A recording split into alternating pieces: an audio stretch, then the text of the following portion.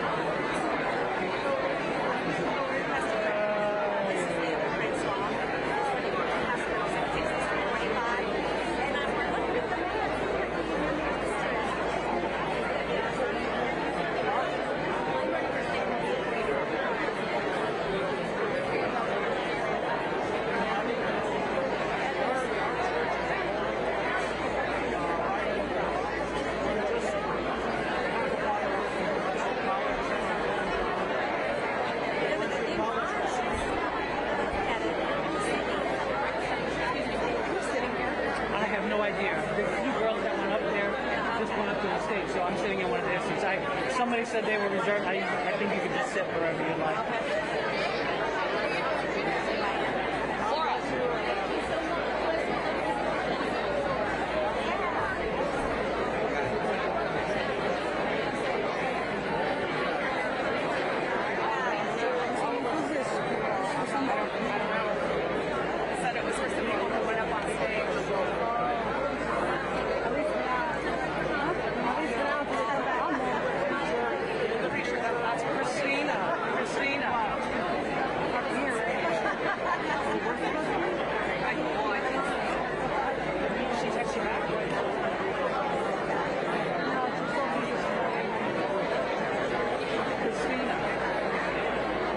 voice for the unborn. Is there any way I can get on the stage? I see you have the president of Florida Right to Life. It's not my, I'm press secretary, Okay. so I'm not. Who's directing? Let me find her.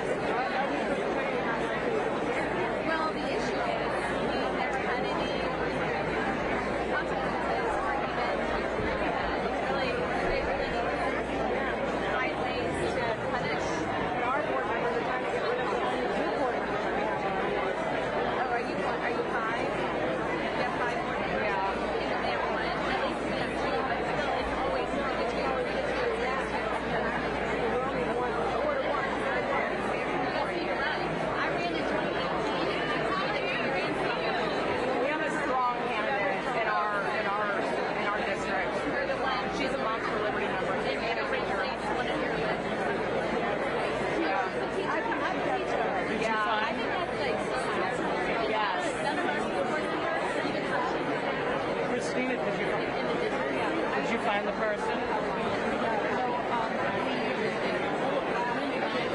They don't want any men. Thanks for understanding. Scenes reverse. That's all right. It'll go out when I come to the beat.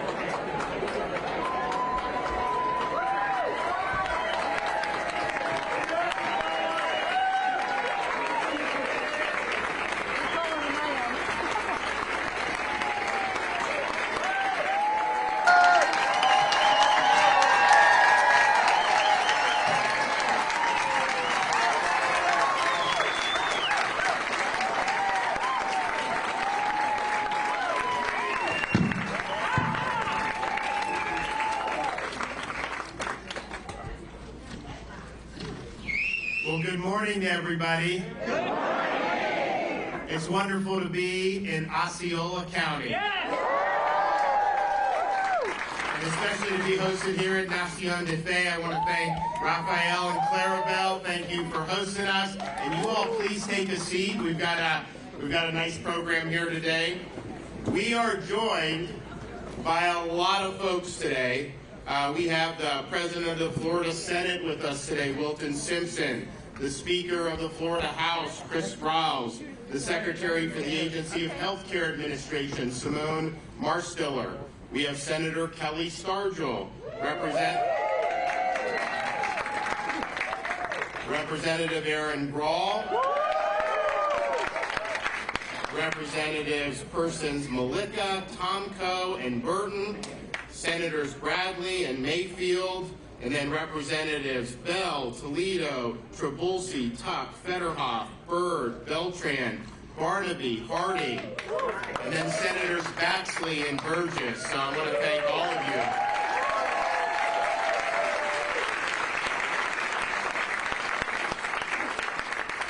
you. We are also joined by pro-life advocates, Heather Barwick, Terry Kellogg, Hope Kellogg, and Kelly Terrian. So I want to thank them, and you're going to hear from them when we get on to this. We are here today to protect life.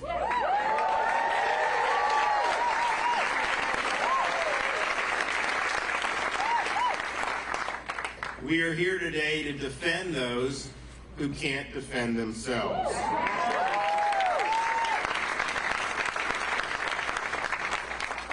And in just a minute, I will be signing House Bill 5, which protects the rights of unborn children starting at 15 weeks. This is a time where these babies have beating hearts.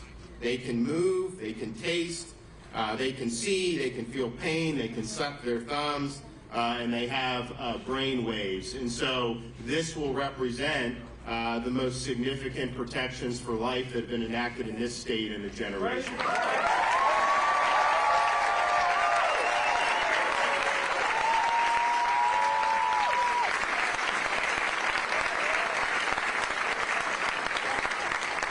And if you look what's going on in certain segments of our society, particularly amongst people who are affiliated with the far left of our political spectrum, of course that's overrepresented in places like Hollywood, in the media, and obviously in one of our major political parties. But they are now taking the position that babies can be aborted up to the 9th month. Literally, you can go back for you parents, and those are some of the most significant experiences of my life, to hold your child for the very first time. What they would say is, parent holding that child, if you just go back a day or two, then you would have been able to snuff the child out entirely. That is just fundamentally wrong. That is infanticide, and that has no place.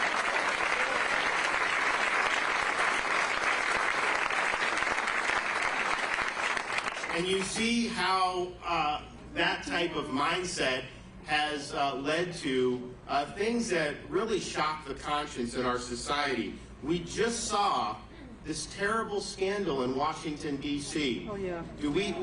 Where is Mary Margaret here from the Daily Wire? There's Mary Margaret.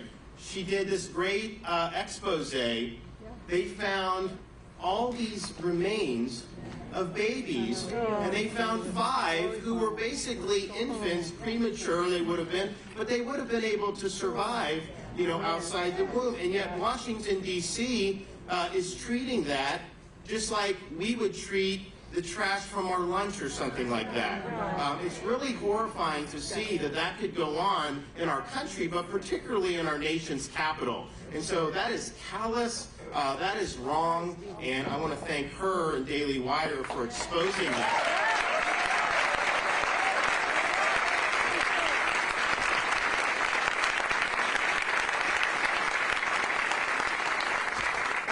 And so what we're doing today is saying that we will not let that happen in the state of Florida.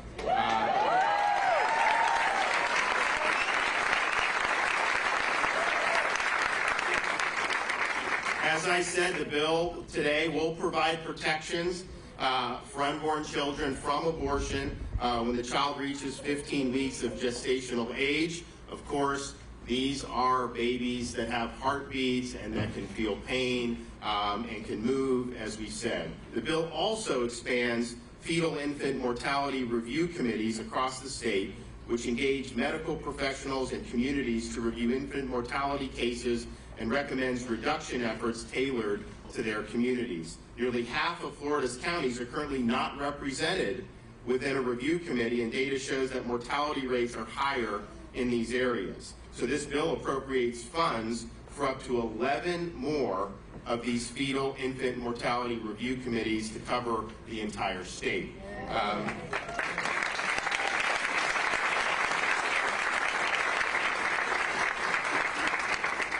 HB 5 also requires hospitals with laboring delivery services to participate in Florida prenatal quality collaborative initiatives, which range from opioid recovery programs to reducing cesarean overuse in deliveries. This requirement will move Florida to a statewide standard for quality birthing services and evidence-based interventions around issues like opioid abuse that cause higher rates of infant mortality. So we are viewing this in terms of protecting life as something that we see through. Really, if you look at what we've done this week, we're promoting fatherhood in Florida.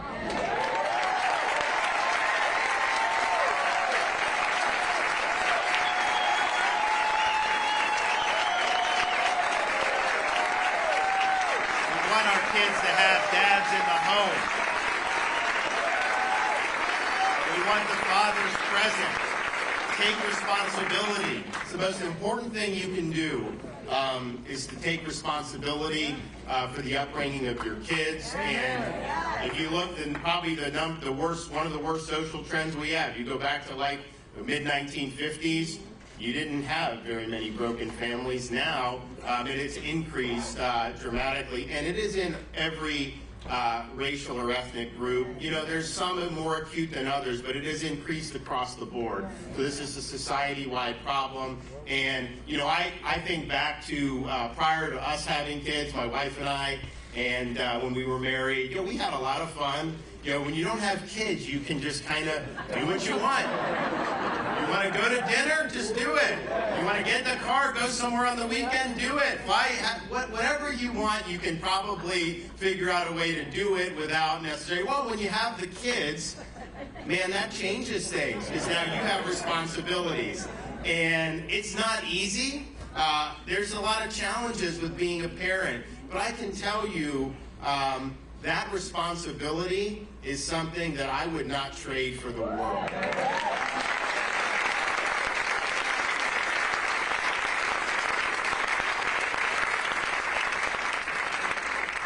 We have 3, 5, and under, and when we signed the fatherhood bill on Monday, which was really great work by Speaker Sprowls leading the effort. We, I had my 5-year-old man. She's an old pro at this. She's come to a lot of stuff with me. But my 2-year-old Amy, it was her debut of being able to go to work with Daddy, and so she did. So, but so we have 3, and people will tell me like, oh man, I see you all around the state. You're working hard. You got to go home and get some rest. And I just want to let people know, when I'm at home, I am not resting. It's just the way it is. But what you do by being present, particularly, these dads who really need to be in their kids' life, you are providing that role model for these kids to be able to grow up and lead meaningful lives. And the statistics are overwhelming. When kids grow up without a dad in the home, the chances of them dropping out of school, getting in trouble with the law, drugs, you name it, that increases dramatically. And so we're really proud to be leading on fatherhood.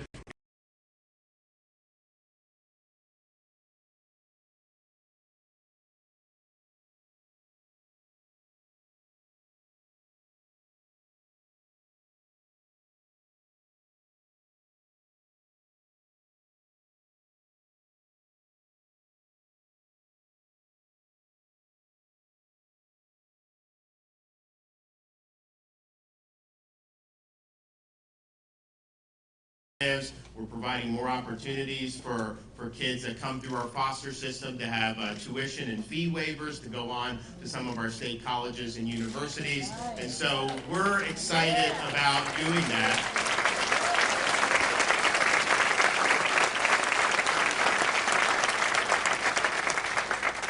And we believe that, that all these kids deserve an opportunity. And so we're not just giving lip service to that.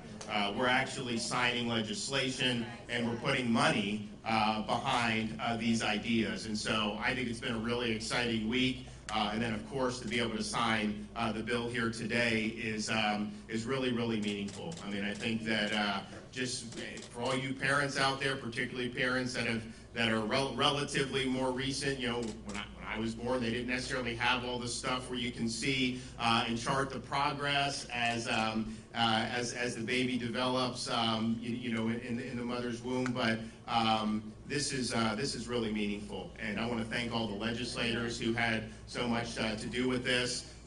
It's a statement of our values that every life is important. Yeah.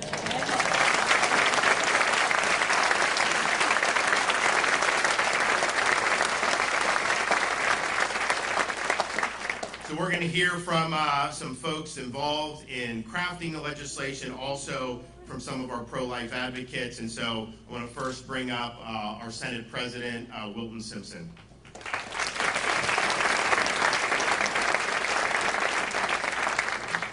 Thank you, Governor. I love to hear about the governor's children. I've heard that story a couple times now. And if you get to live to be old enough, then you have grandchildren. And the real fun begins. You know, this has been a transformative week. Our governor has signed into law 3 bills that will change lives and save lives in this state. How about that, right?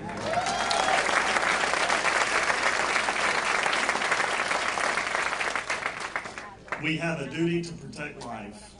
Abortion kills children and forever changes the life of mothers, the father, and the entire extended family. Every unborn child is a special and unique human being deserving of protection from harm and the chance to grow up in a loving family. As an adopted child, I am proud to live in a state that not only protects innocent unborn life, but also supports children and gives parents the tools they need to choose life for their babies. Earlier this week, we saw the governor sign into law the Historic Fatherhood Initiative. Meaningful relationships with adults who set a good example, whether a birth parent, adoptive parent, or foster parent, we can have a lifetime of impact. I commend Speaker Sprouse for his dedication to ensuring every Florida child has the opportunity to have a positive role model in their lives. Thank you, Speaker.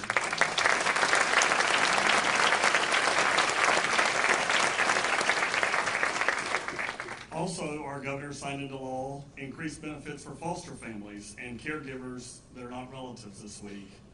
When I was growing up, we also had foster children in our home, so it's something that was near and dear to my heart as we move through this legislation. Improving the level of benefits for family members and foster parents could mean all the difference when these folks are considering whether they can take in a vulnerable child. The earlier in life we can give children a safe, permanent home, the better opportunities those children will have for the rest of their lives. Government is a horrible parent.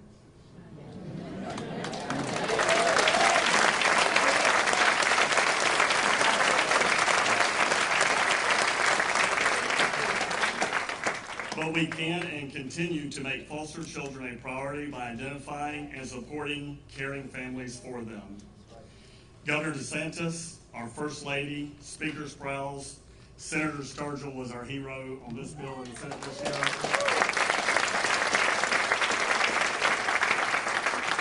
And other amazing leaders in this effort. I am tremendously grateful for their support of this pro-life policy reforms that children and young adults in this state. Thank you, Governor. Thank you.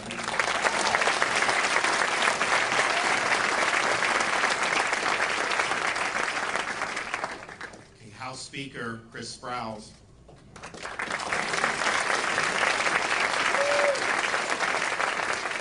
Thank you, Governor. What a day, what a week. Every child has the right to life.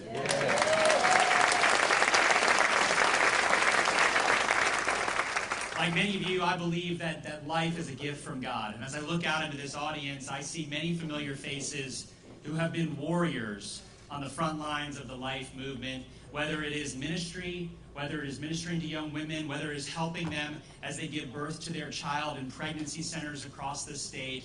You have been a part of this as much as every single legislator here, and for that we are very grateful.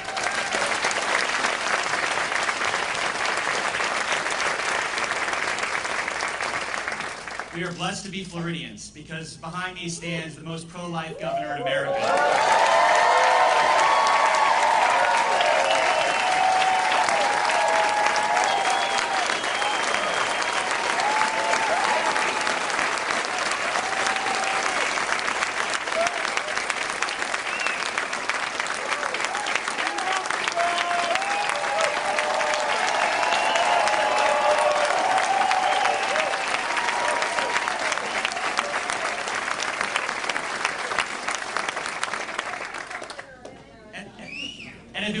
If it was just today and the signing of this bill, that would be enough. But it's not enough for this governor, it's not enough for this legislature, because just this week, this governor and this legislature not only championed the right to life, that every child has the right to be born, but that they have the right to be born into a family that loves them. This is a governor and a legislature that fights for fathers to be present in the lives of their children.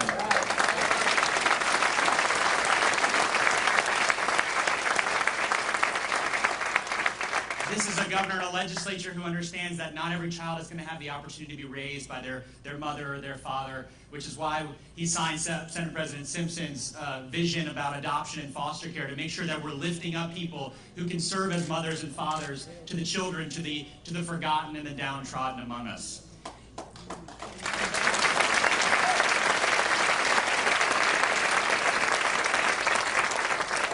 And over these past 2 years, whether it was last year in this legislature, folks like Chair Burton, who's here with us today, leading on maternal health care to make sure that women who are born, who give birth to children, making sure that they have health care for up to a year to make sure that their babies get to be healthy.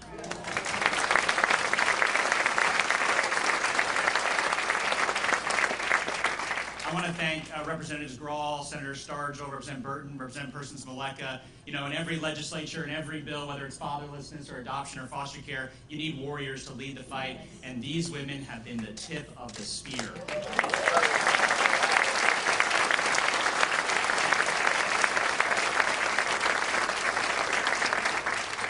I know my sister is watching. She couldn't come today, but she runs a program in Pasco County for pregnant teens, helping new mothers understand what it's like to be a parent, to fight for their children.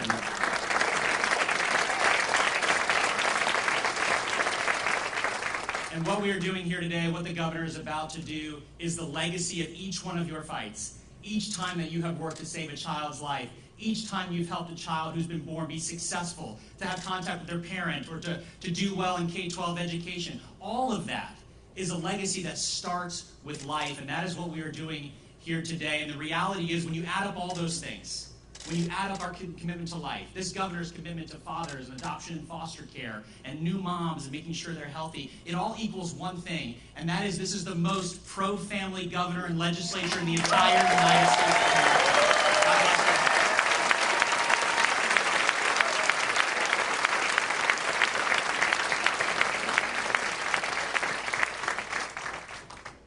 All right, now the leaders, when they do the legislation, there's got to be an individual representative or senator, one in each chamber that spearheads it. So we're going to hear from the authors of this legislation. So first, from the upper chamber, close by. Do you have Osceola in your district, or is it all Polk?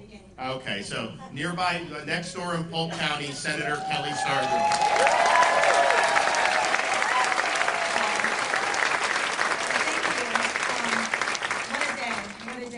What a week this has been. Honestly, what a legislative session it has been. I came and ran for office on family values and wanting to be able to do things to strengthen the family. And we have absolutely had the ability to do that this past 2 years in legislative session. President Simpson, Speaker Sprowls, our governor. You could not have a better team of people who worked alongside all of us to make sure this has been done. And I say all of us because I look out at this group, and many of you I've been working with on these issues for my entire 15 years in the legislative process. When I ran for office, this was something I never dreamed that we'd be to a day where, A, we're looking at the potential of Roe v. Wade being overturned.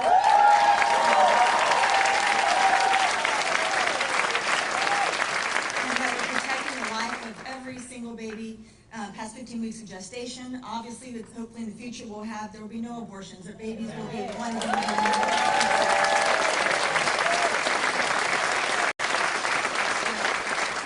My story was an unexpected pregnancy. As the song says, there is no pregnancy that's unplanned. God had a plan for every single child that He allowed to be conceived.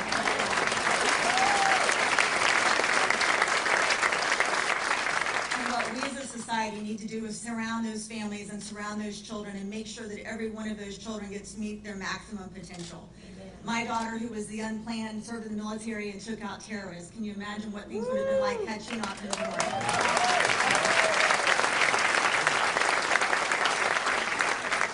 It's an amazing day. I can't thank all of you enough for your sticking through in the advocacy. And again, I can't thank the leaders that we have with President Simpson and Speaker Sprowls and our governor to make sure that this day came to fruition. Thank you all very much.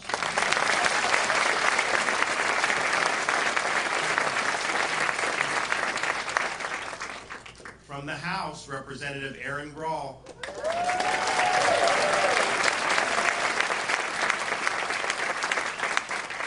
Thank you to all of you for your advocacy, for your prayers, for the support that you give to pregnant women, to families. I too look out and see a lot of friendly faces.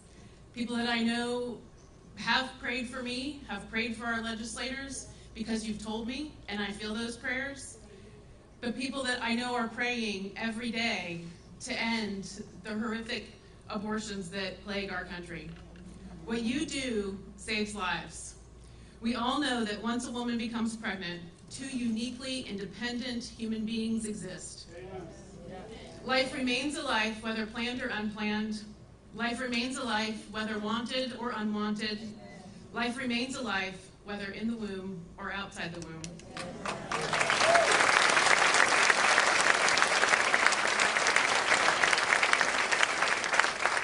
The consequences of abortion are devastating, and we all know that firsthand.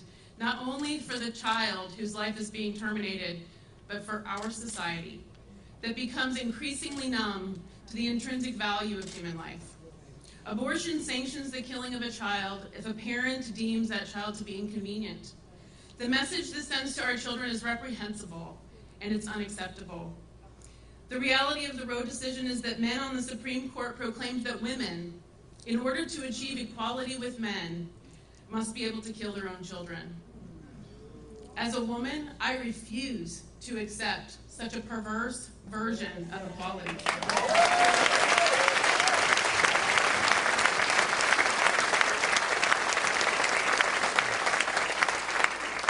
More than 60 million American children have been exterminated through the atrocity of abortion since 1973, and sadly, we will never know the contributions of those sweet children to our communities. Further, the barbaric act of late-term abortion subtracts from our humanity, and this law will end such evil practices.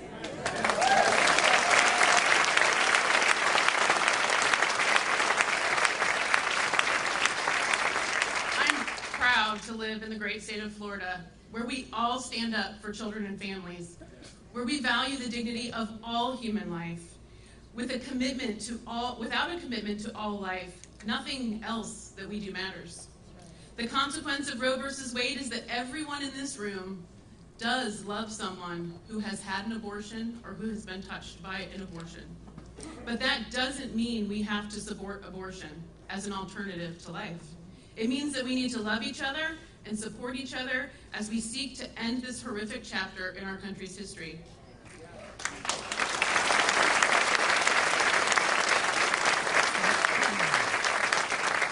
Thank you to my family for their courage and support in the face of evil and hatred. For us, it makes it clear that this fight is the right fight and the just fight.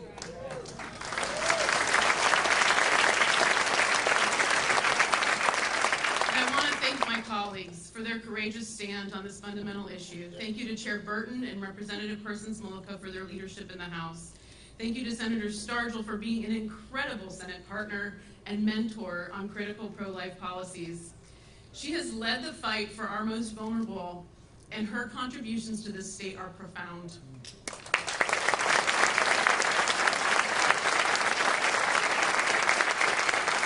Thank you to President Simpson and Speaker Sprowls for your leadership, for your steadfast dedication to the unborn and to our families.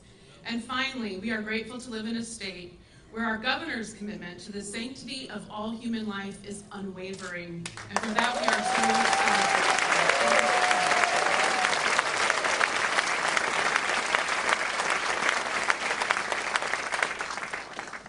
truly Okay, now we're going to hear from some advocates. So I have Heather Barwick to start.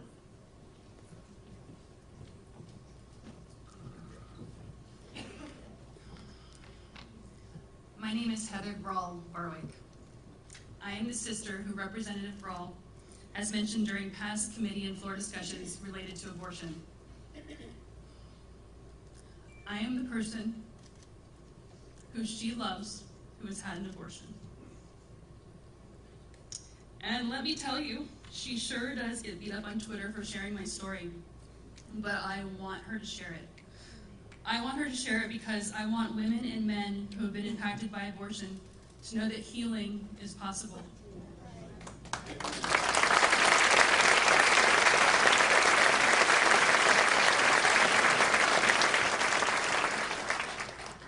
I held on to my painful secret for 20 years.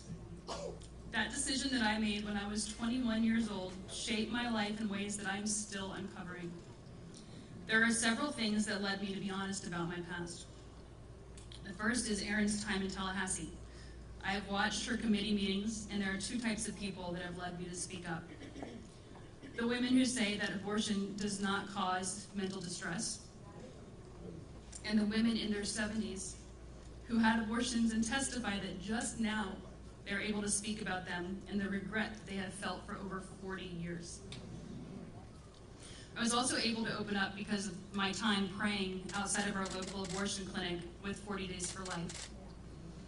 Standing on that sidewalk, I knew that I had to be able to reach out to women seeking abortions and let them know that I had been in their shoes, to let them know that they were going to be forever changed whether they had their baby or not. I also knew that I had to be honest for my daughter, my 6-year-old daughter, and my 19 nieces and nephews. I made a mistake that I cannot change, but I can let others learn from my mistake. And when the time is right, I will talk to my daughter about it. And I will also talk to all of her cousins when their parents are ready for that too, about my experience.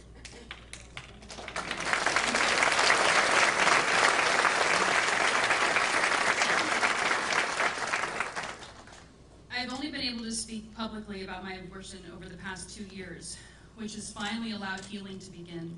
I am continuing to seek out ways to heal and discovering that I have a long way to go. I've been fortunate to find incredibly strong women and men who have experienced the ills of abortion to guide me and give me hope. Those praying with me on the sidewalks, those at my Rachel's Vineyard retreat, and those in my church. I've also been fortunate to be a sounding board for so many, too many, of my friends and the people in my community who have shared their abortion stories with me, but they're still holding on to their stories, and their secrets. Honesty has been liberating, and I wish more people felt that they could talk openly about their pasts. As sinful as it might feel to them, they certainly deserve peace. The bill that the governor is signing today, this bill will save babies. Yes.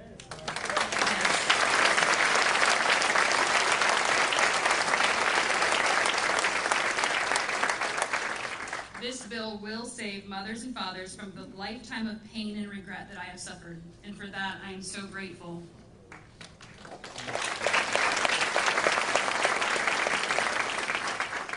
But this bill will not save all babies, which means there will continue to be women and men anguishing from abortion. And I hope that hearing my testimony today gives them courage and comfort to know that they can experience healing and that they are not alone. There are a vast amount of resources available to women and men who have been affected by abortion. Please seek those out and free yourself. Please talk freely about the devastation of abortion so we can one day stop talking about abortion.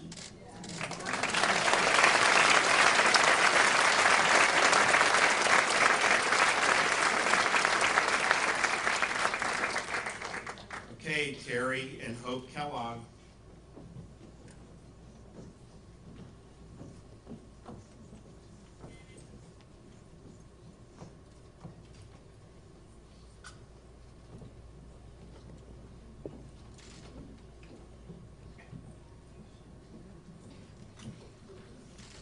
I'm Terry, and this is Hope.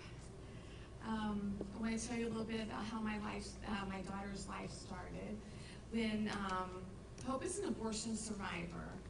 When she was 10.5 weeks gestation, that's the first trimester, her birth mother went and had an abortion at an abortion facility. And she left that day believing that she had had the abortion, and then, but God had spared her life, and she continued to grow in secret until she was 5.5 months, and then she felt movement, her birth mother felt movement, and then decided to choose life. And at that point, she chose adoption and didn't know anything was wrong with her baby until she delivered 2 months early. Hope weighed 3 pounds, 6 ounces. She was delivered at 32 weeks.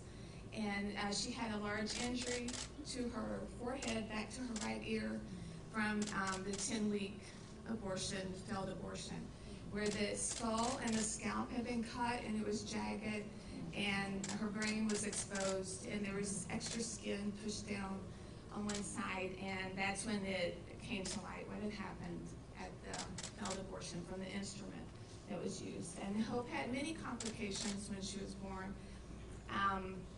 that God brought her through. That was 30 years ago. She survived, and then we came into the picture.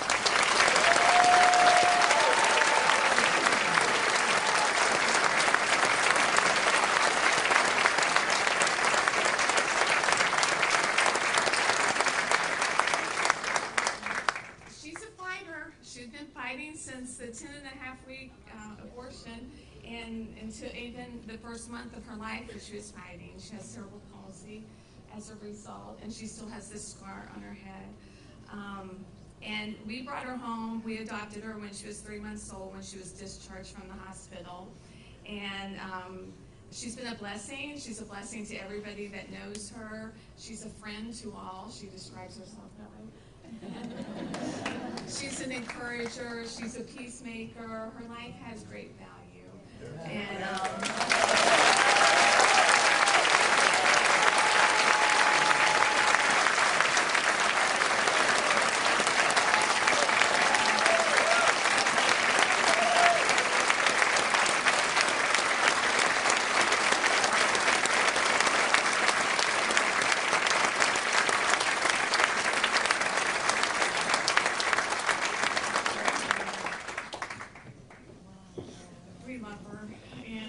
And she loves talking. She would want to be talking right now.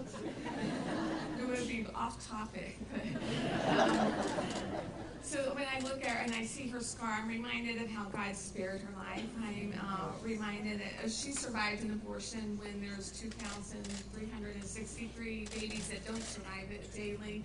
And her scar gives evidence to what's done in secret. And I'm thankful to have her as my daughter. I'm thankful to her birth mother for choosing life when she was given a second chance. And I'm thankful. My heart is full to be here with all of you that have done so much to stand for life and be a voice for those that don't have a voice. And we're glad to be able to share our story too. And thank you for having us.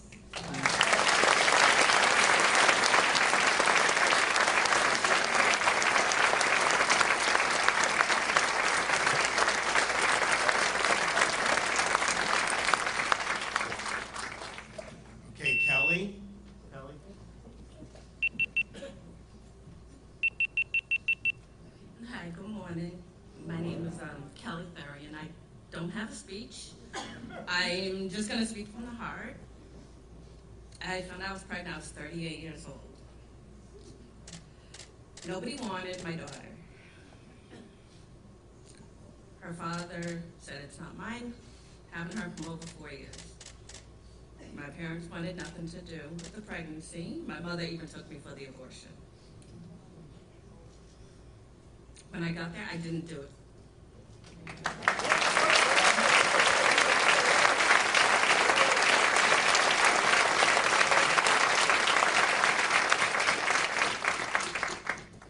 Instead, I opted for the ultrasound.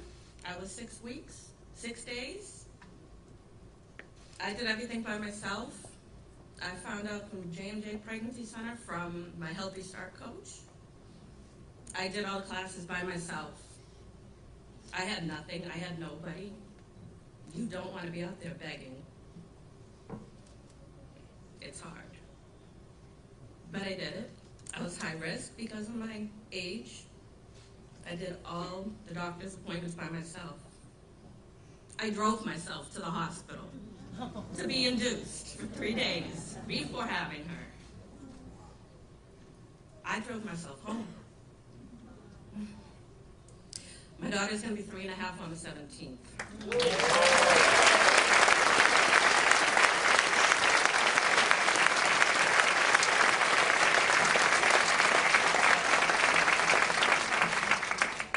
She's never met her father. My parents are in love with her.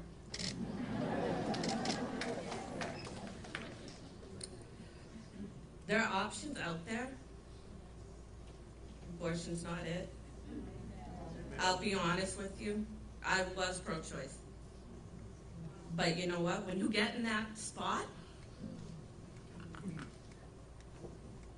and it's you personally, it messes with your mind. And I'm against it now. I wouldn't have her.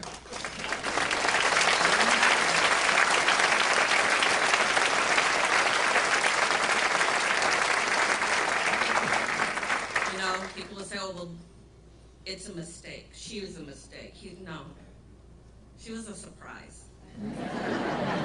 Okay?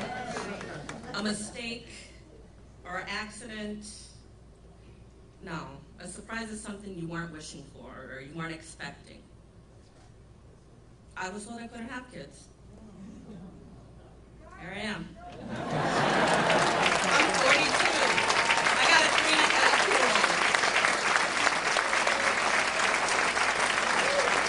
If she knows what an octagon is, I don't even know what an octagon is.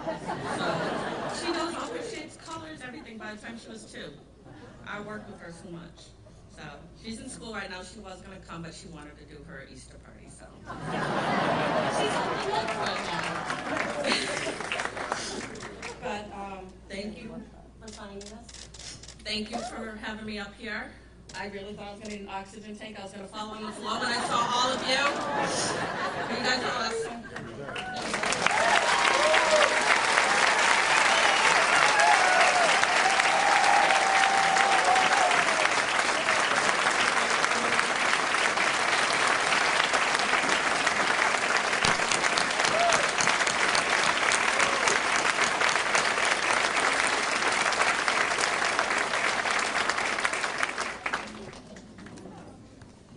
The unenviable task of following that, we have our wonderful Secretary of ACA, Simone Marsteller.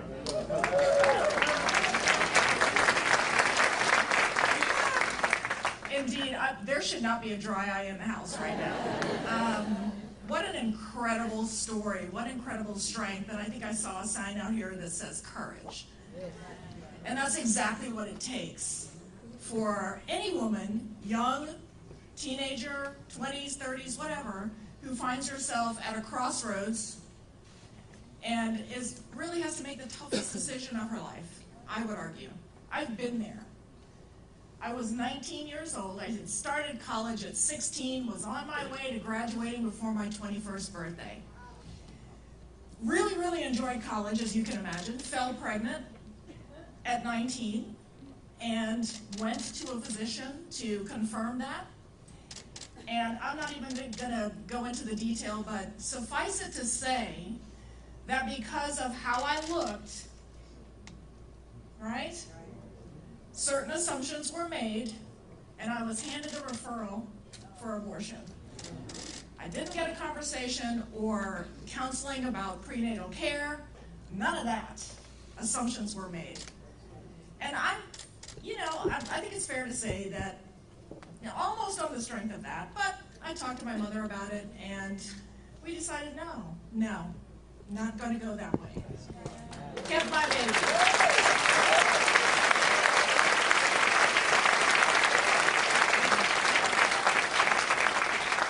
And for those who are mothers in the room, I enjoy being pregnant. I enjoy getting stretch marks. I love it. Right? I don't like them too much now, but I like them then. And when that yelling, screaming baby was born, and they laid her on my chest, and she fell immediately silent, I knew that I had done the right thing. Not that I had any doubts, but I knew at that moment that I had done the right thing.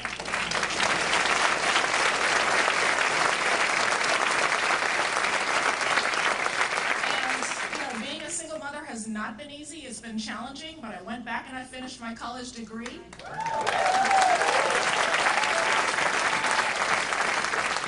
I had to go on welfare to do it, but I did it. I went to law school. I lived on loans. I lost my house in foreclosure behind that, but it is what it is. You can survive that, right? And overcome it. And now, thanks to the good Lord above, I have the good fortune to be working for this man at this time, standing at this podium on this day.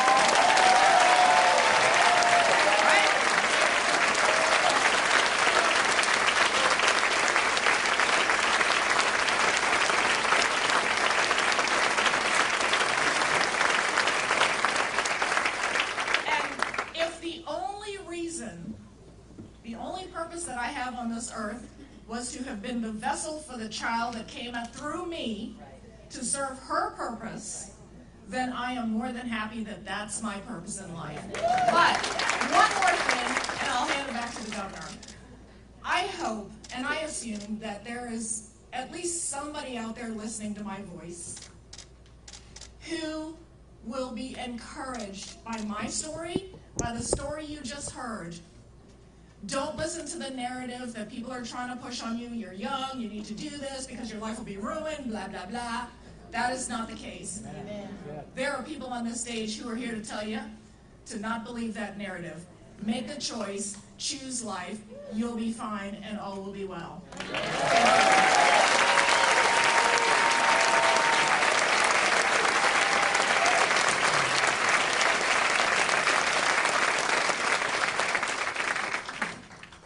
Well, now I'm going to go over to the chair here.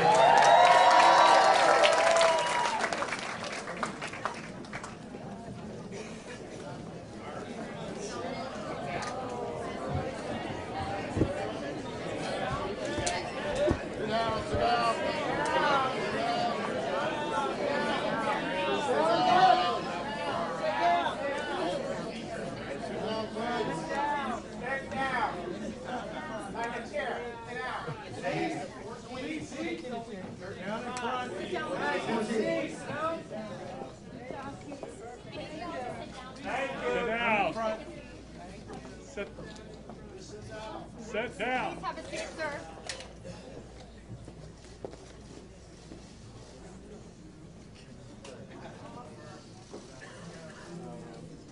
There you go.